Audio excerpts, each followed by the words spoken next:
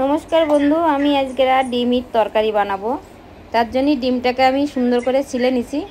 এই যে 5টা ডিম আমি ছিলে নিছি। নেওয়ার পরে আমি এটা কড়াই বসাই দিছি, দিয়ে দিছি এতে সামান্য হলদি আর পরিমাণ মতন লবণ।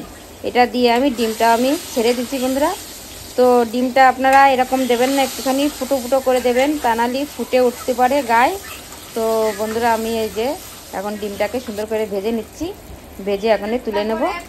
তো বন্ধুরা আমি আজকে সুন্দর একটা ডিমের তরকারি বানাচ্ছি। তো তুলে নেওয়ার পরে বন্ধুরা আমি দিয়ে দিলাম ওদের একটু সামান্য জিরা, আর দিয়ে দিচ্ছি টমেটো আর পেঁয়াজ। এটা একটু কষাই নিচ্ছি। কষাই নিয়ে আমি মশলাটা দিয়ে দেবো এর ভিতরে।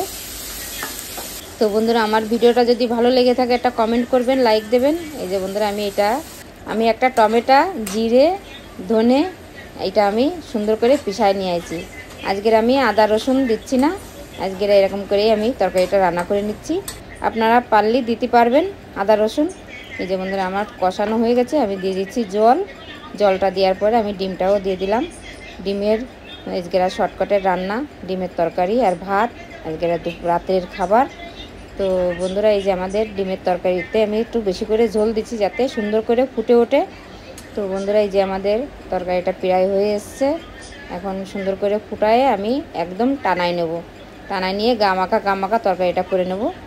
এই যে লাস্টে আমি ধনেপাতাটাও দিয়ে দিচ্ছি। ধনেপাতাটা দিলেই সুন্দর লাগে খেতে, এটা ঘ্রাণটাই আলাদা আসে, তার জন্য বন্ধুরা আমি দিই ধনেপাতাটা। এই যে বন্ধুরা আমাদের দেখেন রান্নাটা কত সুন্দর কালারটা এসছে আর কত সুন্দর লাগছে।